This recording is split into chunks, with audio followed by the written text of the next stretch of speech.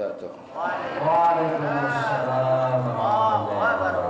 Al-Fatihah ila hadratin Nabi Muhammadin al-Mustafa Rasulullah sallallahu alaihi wasallam al-jami' arwahi walidina wa masyayikhina wa muallimina wa asatizina khususan li muallifi hadha kitab Al-Imam Yahya bin Sharaf An-Nawawi wa khususan li muassisi hadha al-majlisi wal masjidi anna Allah yaghfir lahum wa yarhamhum wa yu'li darajatihim bil jannah wa yanfa'una bi asrarihim wa anwarihim wa ulumihim wa nafa'at bid din wad dunya wal akhirah wa anna Allah al-karim yaftahu alaina futuhal arifin wa yuqarrihuna bid din wa yarzuquna kamal al-ikhlas wal yaqin wa ila hadratin nabi syai'un lana wa lahum al-fatihah.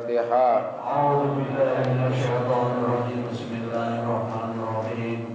Alhamdulillahirabbil alamin arrahmanir rahim maliki yaumiddin. Iyyaka na'budu wa iyyaka nasta'in ihdinas siratal mustaqim. Siratal ladzina an'amta 'alaihim ghairil maghdubi 'alaihim waladdallin.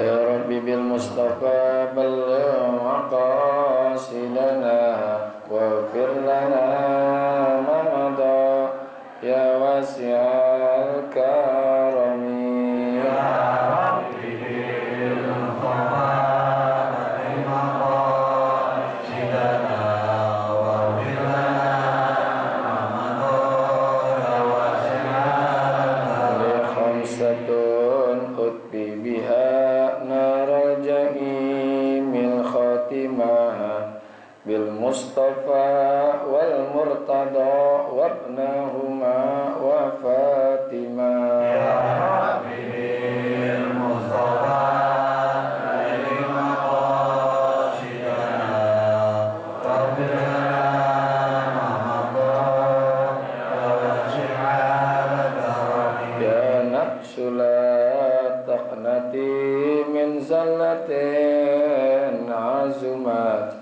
innal kabaira bil ghufrani kalamami. Ya Rabbi bil Mustafa balligh maqasidana waghfir lana ma madha ya wasi'al. Ya Rabbi bil Mustafa balligh ziyaratana bil masjidin nabawi wal masjidil harami. Ya Rabbi bil Mustafa balligh maqasidana waghfir lana ma madha ya wasi'al karami. Allahumma salli Allahumma salli wa sallim wa barik alaihi. Bismillahirrahmanirrahim. Alhamdulillahi rabbil alamin. Salatu wassalamu ala Muhammadin wa ala alihi wa sahbihi ajma'in. Amma ba'du.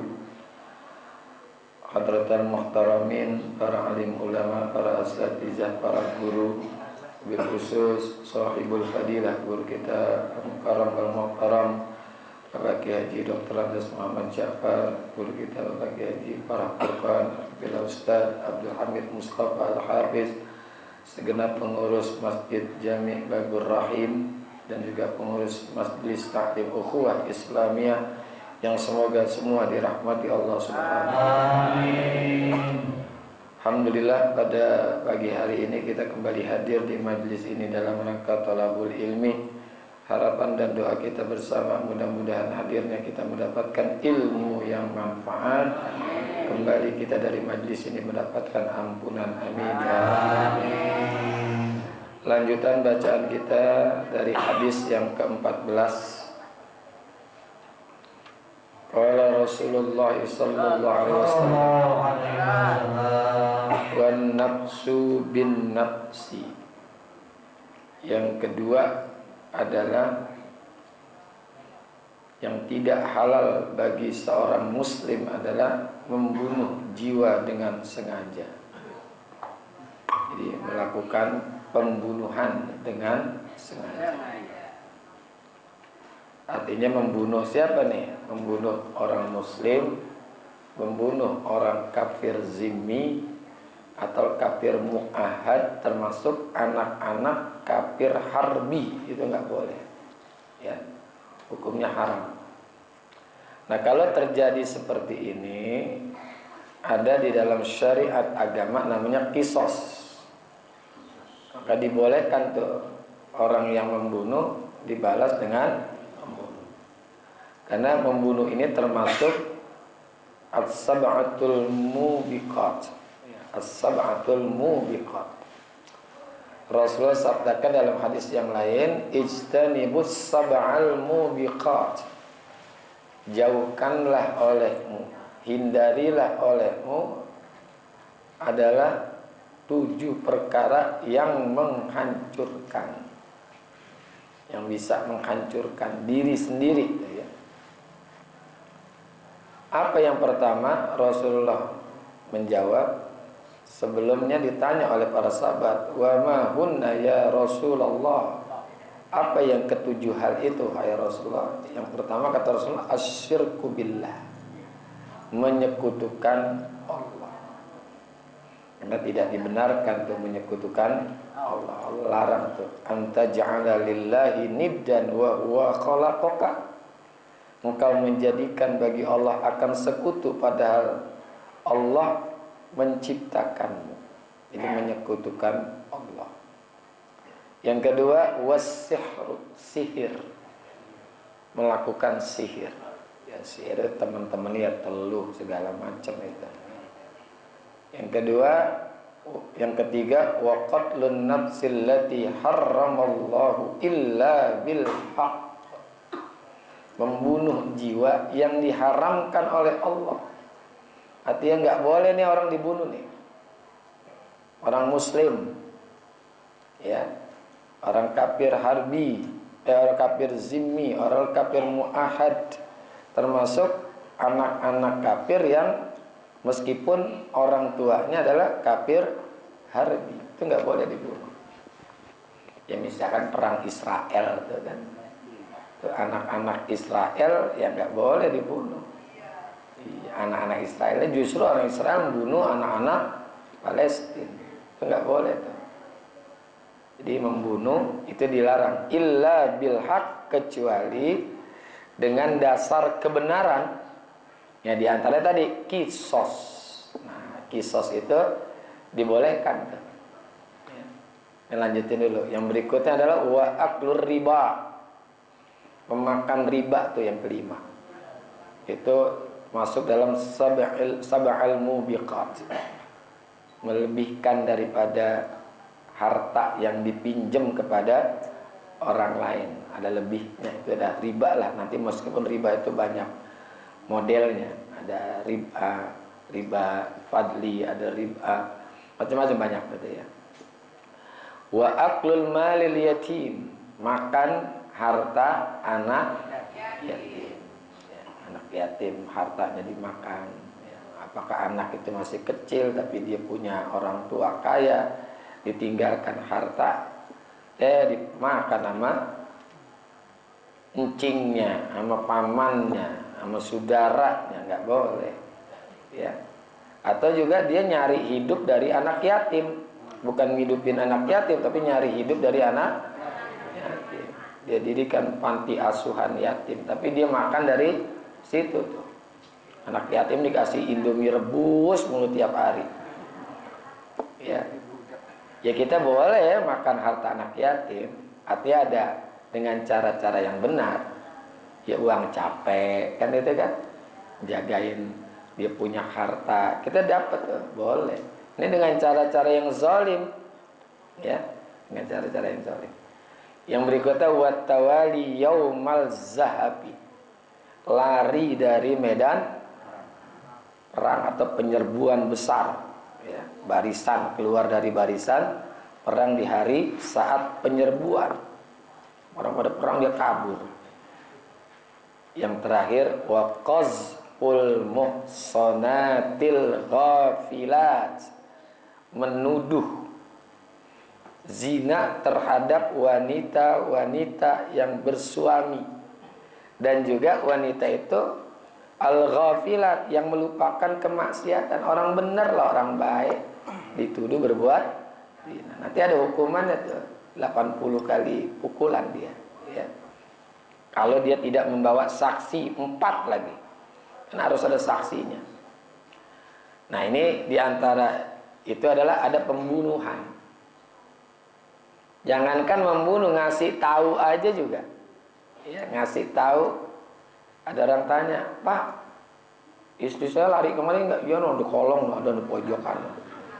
Tahu suaminya bawa golok, bawa pedang, pasti kan mau membunuh tuh. Itu sama juga, salah juga. Karena Rasulullah sabdakan, "Man a'ana 'ala qatli muslimin walau bisyatri kalimatin." Siapa saja orang yang membantu, menolong atas pembunuhan seseorang, ya, seorang muslim, walaupun bisyatri kalimatin, dengan penggalan satu kata. Lihat istri saya enggak? No. Nah, no doang tuh, no gitu kan, pohon pendek gitu kan. Tuh. Nah, itu apa tuh jawabannya? Laqiyallahu maktuban baina ainayhi ayisun min rahmatillah. Maka akan tertulis di antara dua matanya, di tengah-tengahnya ada tulisan tuh. Apa tulisannya? Ayisun min rahmatillah. Orang yang putus dari rahmat Allah. Ya. Jangan dibantuin orang membunuh, jangan dibantuin. Malah kita kasih tahu. Makanya dalam hukum itu, kalau kita jual senjata tajam, pisau, ya kan, pedang, apa aja, kita lihat-lihat. Kalau orang yang beli itu, kita lihat ibu-ibu tukang masak mau beli pisau, kasih. Ya, udah ketahuan paling motong cabai, bawang. Tapi kalau yang kita lihat yang beli itu tampangnya, ya Allah, preman, ya jangan kita jual. Kalau kita jual, sama juga menolong tuh. Al-i'anatu 'alal maksiyati maksiyatun. Ini kan dasar hukumnya. Menolong orang yang berbuat maksiat sama juga berbuat maksiat. Itu membunuh, nggak boleh. Di dalam kaitan nafsu bin nafsi, artinya membunuh jiwa, ya. Ini di dalam kitab Al-Majalisus Saniyah Syekh Nawawi Al-Bantani itu perlu diperiksa dulu. Kalau orang yang membunuh itu dia bertobat, tobatnya itu sah, meskipun membunuhnya dengan sengaja. Kalau dia tobat, ya. Kenapa? Karena orang kafir saja ketika dia bertobat diterima tobatnya. Apalagi ini lebih lagi. Ya, kalau dia pun membunuh dengan sengaja, kalau dia tobat, ya tetap diterima kalau tobatnya benar-benar tobat. Itu menurut Syekh Nawawi di dalam kitab Al-Majalisus Saniyah, ya. Ada kitab namanya Majalisus Saniyah. Tapi masalah siksanya, nah ini nih, siksaan nanti dia karena membunuh di akhirat gimana tuh? Kan jelas, wa may yaqtul mu'minan muta'ammidan fajazauhu jahannamu khalidan fiha. Ini kan ada dalam surah An-Nisa ayat 93. Siapa saja orang yang membunuh seorang mukmin dengan sengaja, maka balasannya ialah jahanam. Ya. Itu gimana tuh kalau dia sudah bertobat di dunia nih, ya. Masalah siksaan gimana di akhirat nanti? Ini kata Syekh Nawawi, la yutahattamu azabuh. Tidak bisa dipastikan siksanya. Jangan kita memponis, wah dapat dia siksa tuh. Atau juga kita enggak dapat gitu misalnya. Itu kata Syekh Nawawi, tidak bisa dipastikan keharusan pada siksa, nggak dipastikan, ya. Tapi bal huwa fi khataril masyiati, akan tetapi dia berada dalam kehendak Allah yang mengkhawatirkan. Ya tergantung Allah aja. Masalah siksa atau tidak itu urusan Allah. Itu nggak ada ruang buat kita memberikan apa ya, kepastian, menjustifikasi dia bakal disiksa nanti. Itu mah tergantung hak prerogatifnya Allah, punya kehendak atau kekuasaan Allah. Tapi memang itu fi khataril masyiah, kehendak Allah yang mengkhawatirkan, ya. Dan kalaupun orang itu disiksa, kalaupun disiksa kalau ya, itu la yukhalidu azabuh, enggak kekal di dalam neraka terus-terusan, ya. Kalaupun disiksa la yukhalidu, enggak kekal selama-lamanya, gitu. Wa in asarra ala tarkit taubah, betapapun tuh orang kagak taubat selama dia punya iman.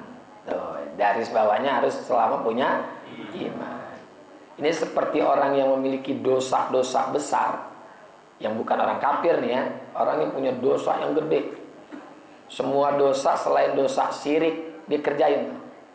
Dosa-dosa yang ada di dalam kitab Al-Yawaqid wal Kabair fi uqubati halil kabair dikerjain semua. Itu pun selama masih ada iman, dia tidak kekal. Ya, tidak kekal ada di dalam neraka. Ya. Tapi memang tadi ayatnya wa may yaqtul mu'minan muta'ammidan fajazaohu jahannamu khalidan fiha. Siapa saja orang yang membunuh orang yang beriman dengan sengaja, maka balasannya neraka jahanam khalidan fiha, kekal selama-lamanya di dalam neraka jahanam. Tapi yang dimaksud dengan kekal di sini khuludul maksi, kekal diamnya, ya diam lama di sana, atau wilu yang lama, diam lama di situ emang. Ya paling gak sehari 2 hari lah gitulah. Seharinya sehari akhirat tapi 1000 tahun ya. Ini 1000 tahun, 1 harinya akhirat, 1000 tahunnya dunia. Enggak kekal selama-lamanya. Ya. Memang berdasarkan dalil-dalil, itu ada dalil-dalil yang menyatakan atas hal itu. Ini kan lihat secara zohir ya, dilihat secara zohir. Termasuk juga halnya para pelaku maksiat, orang-orang yang berbuat maksiat dari kalangan orang yang beriman, disebutkan la yadumu azabuhum, tidak terus-terusan, tidak kekal selamanya siksaan dari mereka, nggak langgeng lah gitu ya, gitu, nggak langgeng. Yang langgeng itu adalah bagi siapa nih? Dia udah membunuh, ada kelanggengan nanti di neraka nih, dia ada kelanggengan, dia langgeng terus-terusan di neraka. Siapa? Mahsusun bil mustahili, or dikhususkan buat orang-orang yang menghalalkan pembunuhan. Apa-apa bunuh mah, ya. Nah itu orang yang melakukan pembunuhan, ya, menghalalkan pembunuhan yang tanpa hak ya, pembunuhan yang dilakukan padahal perkiraannya itu bukan kerjaan yang baik gitu, ya, gitu. Jadi kalau orang yang menghalalkan suatu pembunuhan, dia bukan hanya disiksa tuh kalau dia membunuh, tapi dia menghalalkan, ya, mustahili artinya orang yang menghalalkan perkara seperti itu. Padahal kan membunuh itu halal apa haram? Haram. Kalau yang tanpa hak. Ini kan disebutin oleh para ulama, salah satunya adalah Sayyidina Ikrimah, ya, Sayyidina Ikrimah. Jadi kita nggak boleh memvonis orang yang membunuh itu di neraka kekal gitu ya. Itu urusan Allah. Tapi memang ada menurut Sayyidina Ikrimah yang kekal itu adalah orang yang menghalalkan perilaku pembunuhan dengan sengaja. Padahal kan sebaliknya. Sebaliknya itu kan haram. Itu hukumnya haram. Nah yang ketiga, bagaimana kalau ada orang membunuh sementara keluarganya itu atau ahli waris dah memaafkan ya atas orang yang membunuh tersebut, ya, orang yang membunuh tersebut dengan cara membayar, ya, dengan cara membayar diat. Kalau dalam hukum fikih namanya membayar diat, bayar denda, ya, membayar denda dengan harta, atau bahkan di cuma-cuma, yaudah dimaafkan dah, nggak pakai bayar tuh. Ada dengan cara membayar dengan diat atau cuma-cuma, nggak pakai membayar, udah dimaafin aja dah. Orang yang ahli warisnya berbesar hati. Gimana nih gini? Kalau dilihat secara zahir syariat, itu gugurlah segala tuntutan syariatnya. Gugur. Ya. Di mana? Di akhirat. Ya, lepas sudah. Nggak kena siksa juga. Karena di dunia juga dia sudah mendapatkan maaf dari ahli waris. Apakah dengan cara membayar atau memang dimaafkan secara cuma-cuma. Gitu. Itu kalau menurut zahir daripada syariat, dia juga sukutul mutalabati fid-daril akhirah. Digugurkan segala tuntutannya di negeri akhirat. Artinya nggak disiksa lagi. Itu menurut zahirnya aja, zahir nih ya kan, zahir. Seperti ini yang dikatakan oleh Al-Imam An-Nawawi, yang penulis kitab ini nih ya, Al-Imam An-Nawawi, hadis arba'in, kan ada itu di dalam kitab Syarah Muslim namanya. Itu mereka yang ketika membunuh dengan sengaja dimaafkan oleh ahli warisnya, dan ahli warisnya minta uang tebusan namanya diat, atau dikasih majanan gratis dah, cuma-cuma.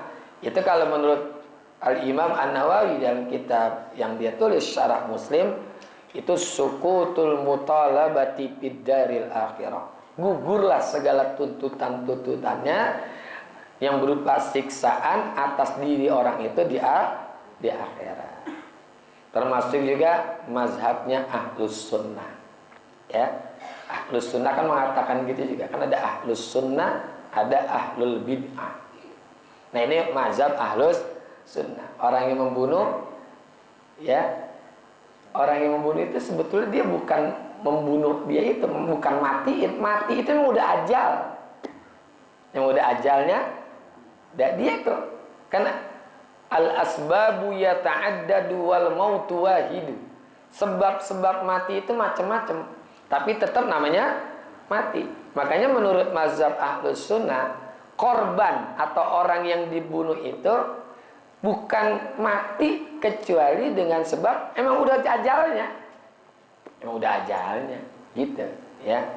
Makanya enggak disebutkan orang yang membunuh itu memutuskan ajal orang itu, enggak. Yang memutuskan ajal, punya kuasa ajal siapa? Allah, gitu. Itu cuma sebab saja. Makanya nanti di akhirat dia dilepaskan. Kalau menurut mazhab Ahlus Sunnah, ya, mazhab Ahlus Sunnah. Itu ya, tapi secara zahir nih ya, secara zahir wallahu a'lam nanti bagaimana itunya. Beda dengan orang-orang Mu'tazilah. Kalau orang Mu'tazilah walaupun dia sudah dimaafkan, udah membayar diat, tetap nanti di akhirat dapat juga siksaan. Itu orang-orang Mu'tazilah, ya. Apa alasan mereka?